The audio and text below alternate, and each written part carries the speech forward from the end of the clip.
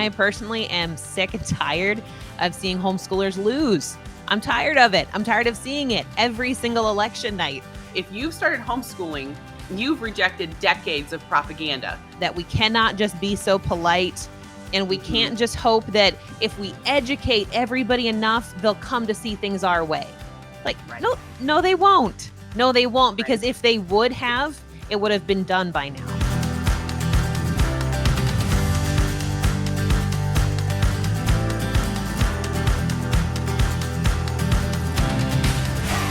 Well, hi, you guys. Thank you for joining us on today's episode of the Homeschool Freedom Podcast.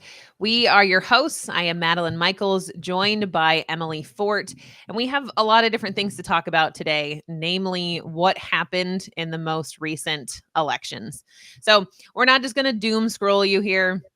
We're going to talk about what happened. We're going to talk about the losses, what happened in all these different states, but we're also going to talk about how did we get here in the first place? Why do homeschoolers keep losing all the time? And what do we do to make sure this doesn't happen anymore? What do we do? How do we pivot? How do we change so that every single election night isn't spent the same way, looking at all these people that are winning that hate us, hate homeschool freedom, want nothing good for our families? So that's what we're going to talk about today. And again, a big emphasis on what can we do differently going forward. So we're going to talk about first what happened in Virginia. And if you've been following kind of what's been going on there, that state was already really leaning blue pretty hard. And then with these most recent elections, the Democrats got a super majority. So it was already really bad. Homeschooling was already really under attack in that state. And we know now that with these election results, it's just going to continue worse and worse. So, Emily, I was hoping you can kind of explain what happened this last election cycle in Virginia, and also the bills that were being proposed there to restrict homeschooling just this year. Yeah, no, I'm happy to kind of break some of this down.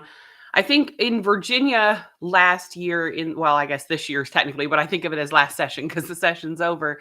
There was a bill filed, SB 1031, and it was defeated at great effort. As usual, these bills usually take an enormous amount of grassroots effort and time. But the thing I'm wanting to draw attention to today is the fact that the assembly in Virginia was split 51 Democrats to 49 Republicans. And so the bill was defeated, and we'll get into what the bill said in a little bit here. But essentially what happened is, instead of having 51, a very, very narrow majority, the Democrats in Virginia now have 64 out of 100 seats, which basically means any legislation they want to run through is going to be very, very difficult to stop. And so, this, why did this happen is a couple of things. We have millions and millions of government workers furloughed in Northern Virginia and around the DC area, and maybe not millions and millions, but very, very many hundreds of thousands, and their spouses. And there are vendors and contractors who work for those entities that are now furloughed. It's like the entire economy of the northern half of Virginia, and I lived in Virginia for 3 years, is tied up in what's going on in DC. So first of all, that didn't help. And then secondly, there's a lot of dissatisfaction. Polling is really down on the Republican, what's happening in DC on the Republican leadership. And that dissatisfaction with what's happening in DC trickles down into state elections. And I don't want to say anything terrible about Miss Sears, Winsome Sears, but I would say she was not a strong candidate. She was not really appealing to the base of the Republican Party. She was not necessarily exciting. She wasn't motivating every single voter to get out there and a bunch of new voters to get out there. It seems to be the Republican Party, especially in Virginia. I've been involved in legislative politics in Virginia going back to 2019, when the state went blue the first time since the 90s. And again, it was an instance of so many politicians and legislators put forward for office in Virginia were so milquetoast. They're so uninspiring and not motivating to the base, that a lot of people just stay home because it's not, they don't really feel like it's their candidate. And I'm not going to say that was the case with Winsome Sears, but I will say Virginia has been trending that way since 19, and they flipped it back a little bit by getting Youngkin in, but they did not. The Republican establishment in Virginia did not learn the lesson from what happened in 19. And the spanking they got from Governor Northam in 20, it's like this has been a trend, and it's happening in other states.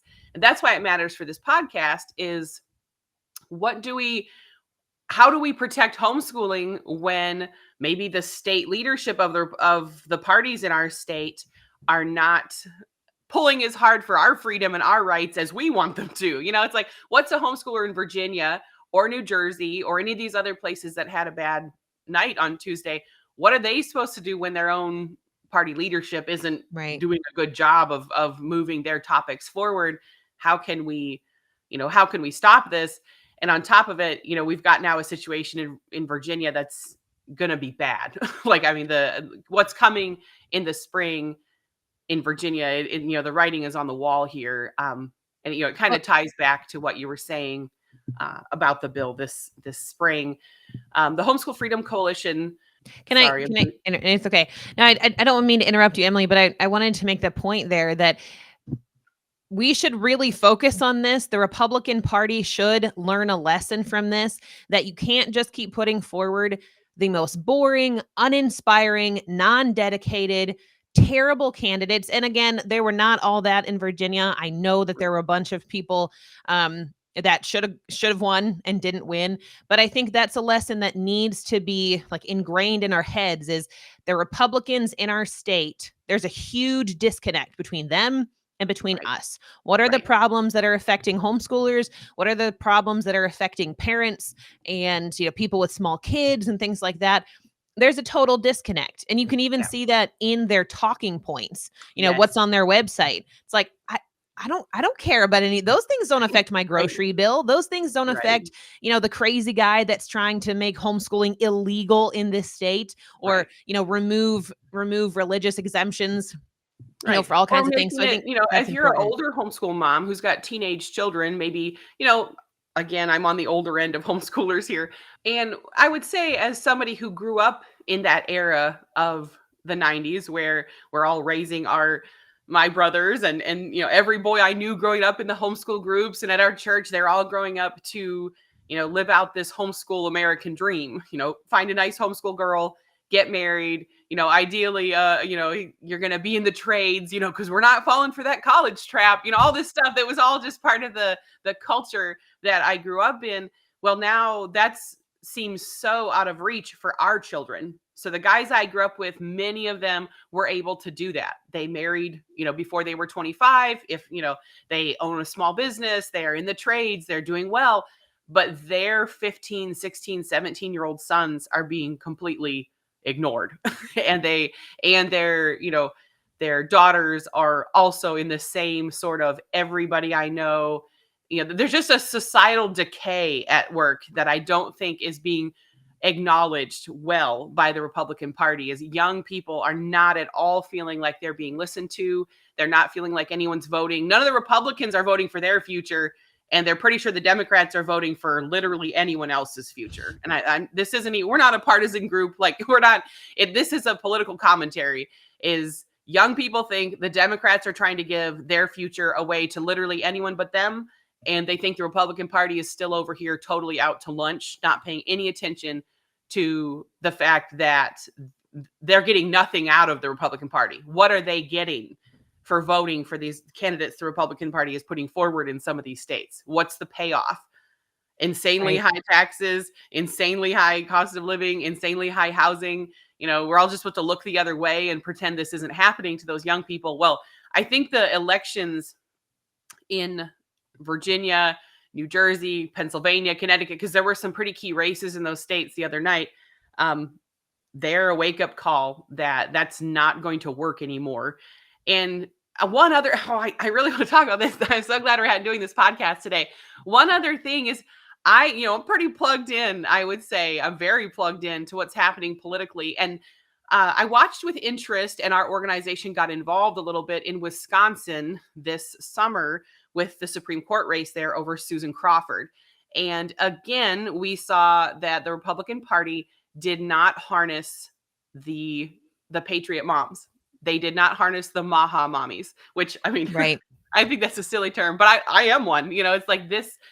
We got here because the Republican Party, by and large, is still doing what they've always done. They're going, well, these are the tricks of the trade. These are the things we've done for 40 years, 50 years.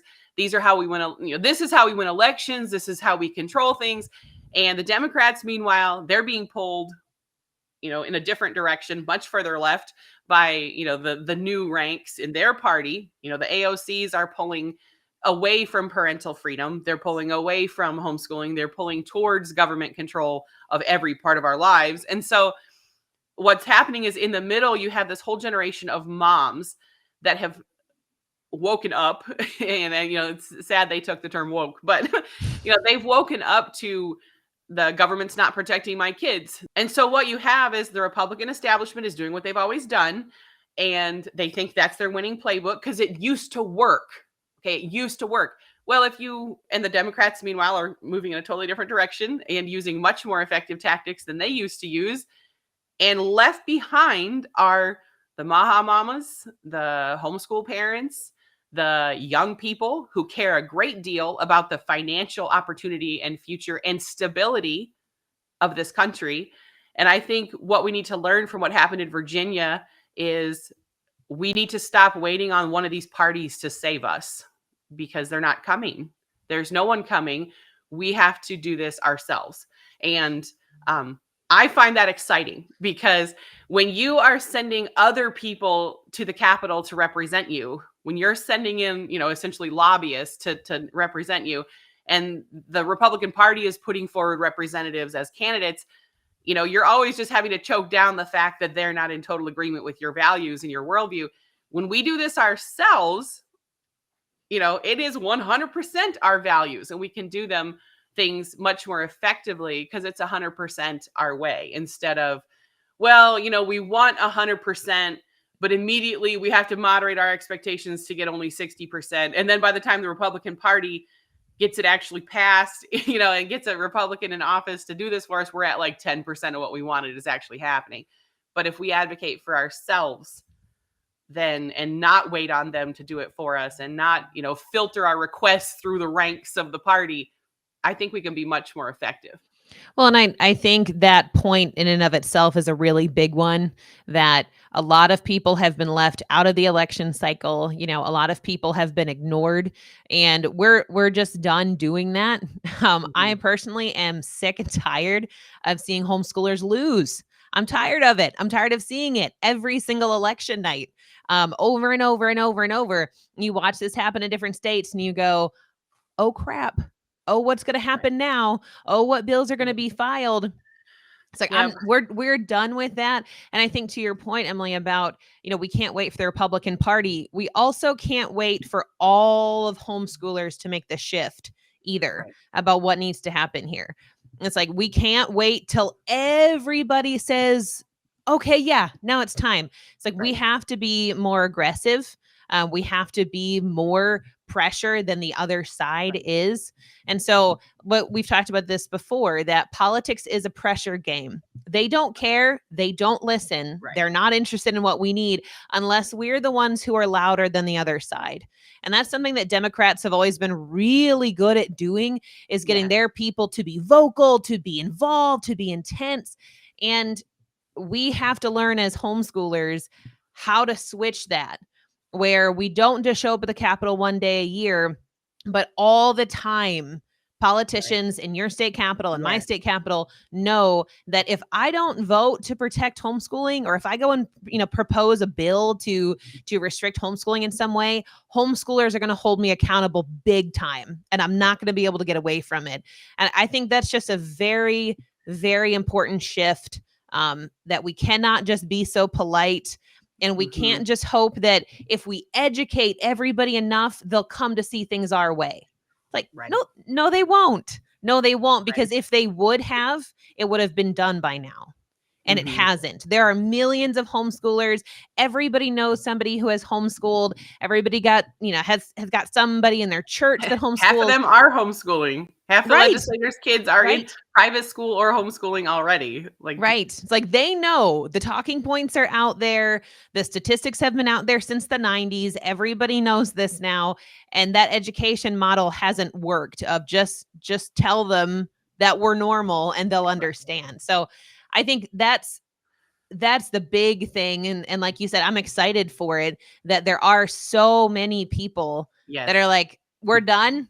We're out of this game where we wait for somebody to tell us, what to do. We're going to take this back ourselves. We're going to get louder. Right. We're going to get more mobilized. We're going to get more involved in our local political races and things like that. And I just want to kind of mention here that we have started a series on this very topic, on how politics works.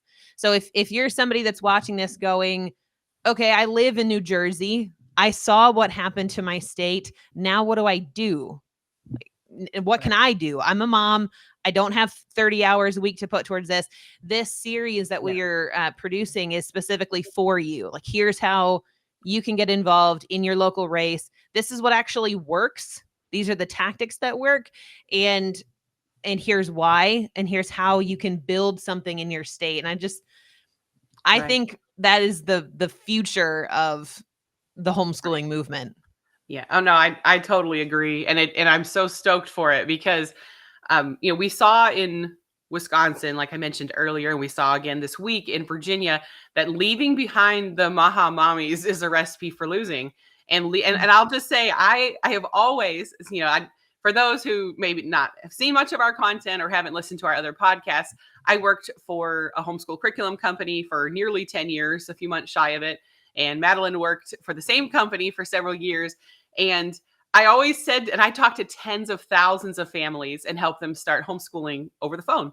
And I absolutely loved it. And then I went to homeschool conventions all over the country, talked to them in person, taught workshops, the whole 9 yards. And one thing I always said was homeschooling is a bit of a gateway drug, right? Homeschooling is when you get in here and you start being around a different crowd of people who have rejected, decades of propaganda. Okay, let's just be really honest about it, is the school system controls what everyone thinks about education starting when they're 5 years old. And so if you've started homeschooling, you've rejected decades of propaganda. And I mean, all the little kids' books about going to school and the TV shows for kids, Franklin's first day of school, it's like there's decades of propaganda that a parent is rejecting if they're going to homeschool. Well, the same thing, it's a gateway drug, because once you're in here and you've taken the leap of homeschooling, it's like, well, I should also examine what I believe about, the medical treatments they want my child to have. I should also examine my beliefs about, the rat race. And do I get my greatest sense of fulfillment out of, making some boss in a cubicle happy? Or do I get my greatest sense of fulfillment, being home with my family if I'm able, or, or finding some side gig at home, or, if I could spend all day with my kids, would I really be miserable? Or is that the propaganda that props up the school system? Right. And if I am miserable, like, should I deal with that? Or should I just ignore it and shove them on the bus and hope that it gets better? Like, I think I probably have a better chance of fixing that with like not wanting to be around my kids all day if I was like took the time to build better relationship and more connection and like resolve those issues, get some therapy, like whatever it takes, right? Like, I just want to have a good relation with my kids. There's so much work. Why would I like not be able to stand being around them? Like, I got to fix that, not just like they've normalized that, which is terrifying.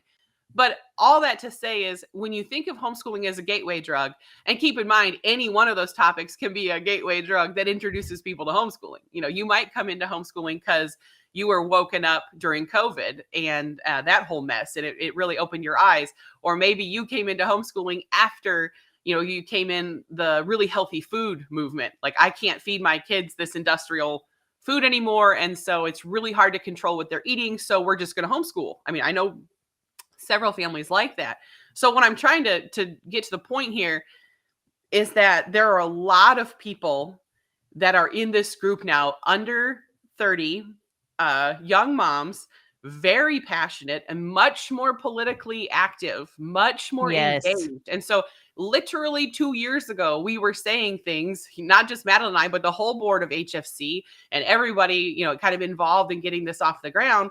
We're saying it is time for a turn. We need to, and if you've been around me personally or Madeline in the last 2 years, you'd have heard us both saying it's time to round the bend. We need to round the corner. We need to get around the corner. We need to leave behind the old ideas about how to be effective in politics. We have a huge group now of people of Maha mommies and Parents medical and freedom. grandparents and Yes, I mean, grandparents who are seeing all the headlines. I think there are a lot of people that are ready for something different. They're ready to round the bend. They're ready to do things in a different political way, because we're losing when we let the Republican Party or any other organization speak for us. And I feel like that's what the Homeschool Freedom Coalition is here to do, is to help people use new tactics and do new things. And Madeline, I know that you and I, we've talked about this, like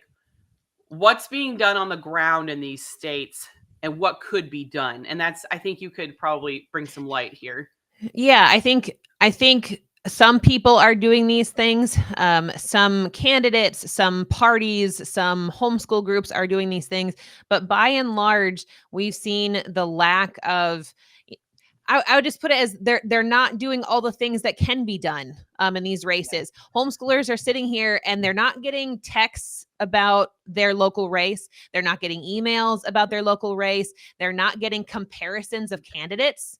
Like, well, okay, they're both Republicans. They both say they're for freedom. How do I know who to vote for?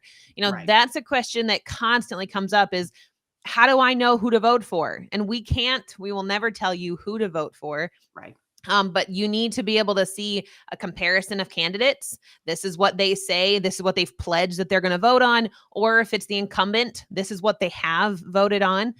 There should be Facebook ads in all of these swing districts so that all the people there can be mobilized, Yes. can know what's going on.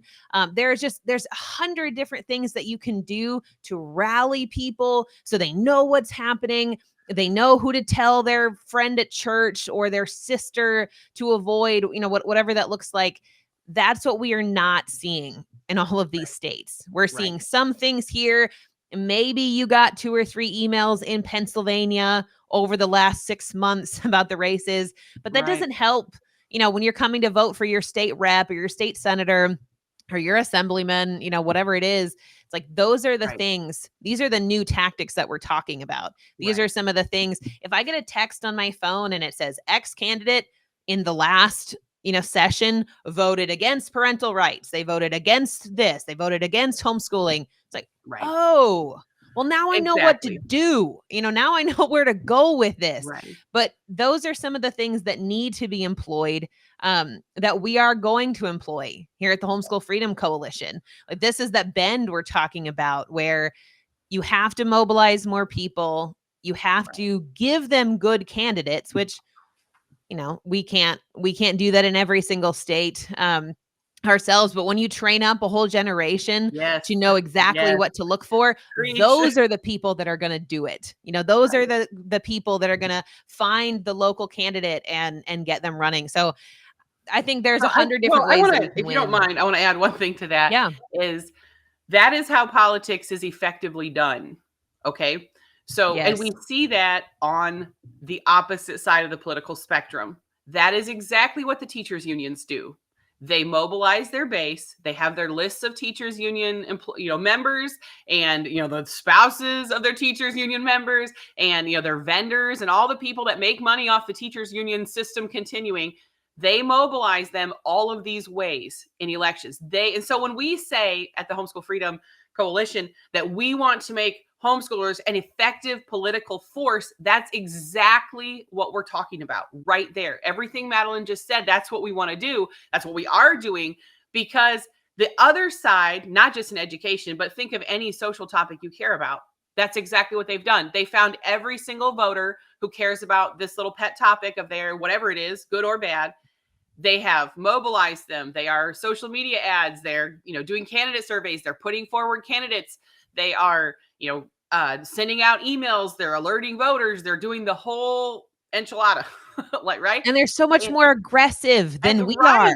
And so we are doing that for homeschooling. That is what we are. We are here to say, listen, if you need help starting homeschooling, feel free to message. We're happy to help if we can, or we'll find you someone who can help you in your state. Hopefully, we'll redirect you to a good resource. There are already existing organizations in every state, wonderful people, wonderful, I mean, with the exception of Texas, but I've talked about that plenty, like wonderful organizations to help people start homeschooling, find community, pick a curriculum, all of that. We exist to make homeschoolers exactly the aggressive political fighting force that Madelyn just described. And if you think of this from the perspective of a legislator, they are sitting there in their offices and they're not hearing from homeschoolers as an effective, mobilized voting bloc in their districts. They see homeschoolers come on Capitol Day. They know, oh, this is the day I have to take pictures with homeschoolers. And, this is the day I have to put on a big, show for homeschooling. But they don't fear us because we go home and we're all individually, motivated to varying levels, and we get involved to varying levels. But they don't sit there in their office 6 weeks later and go, gosh, if I vote the wrong way on this bill, the homeschoolers are just going to cream me at election time. They don't think that ever in any state, anywhere. Never. It has never occurred to them. I promise you.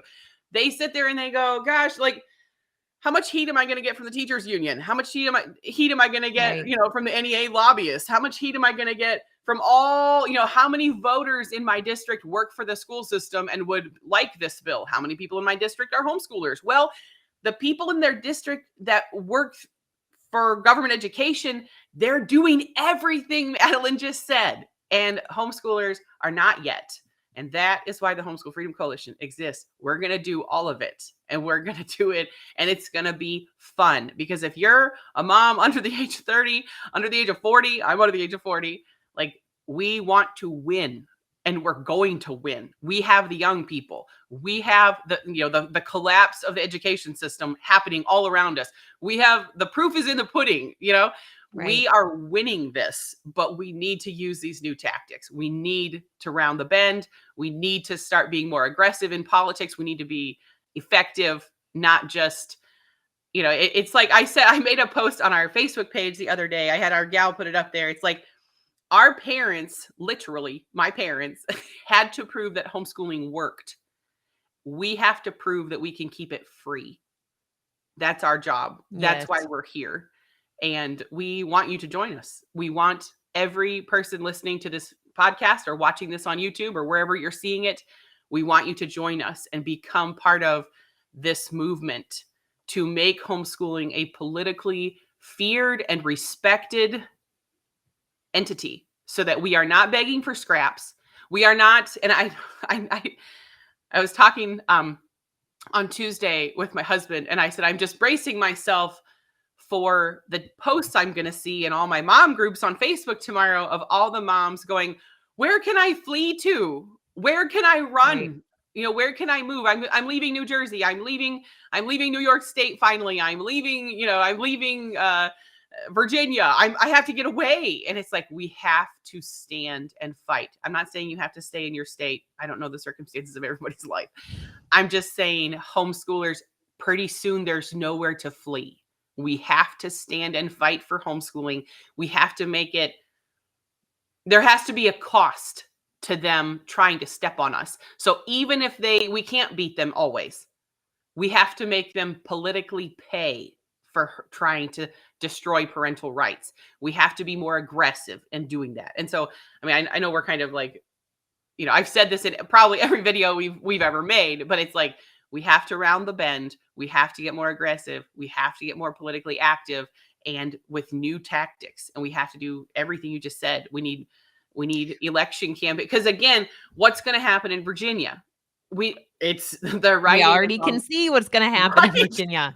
And why did we lose in Virginia? It's like, well, there's a lot of factors. I'm not going to blame any organizations for not doing, everything, because they can't help the furlough and they can't help the national weakness in the Republican Party right now. But we can do a lot more than we did.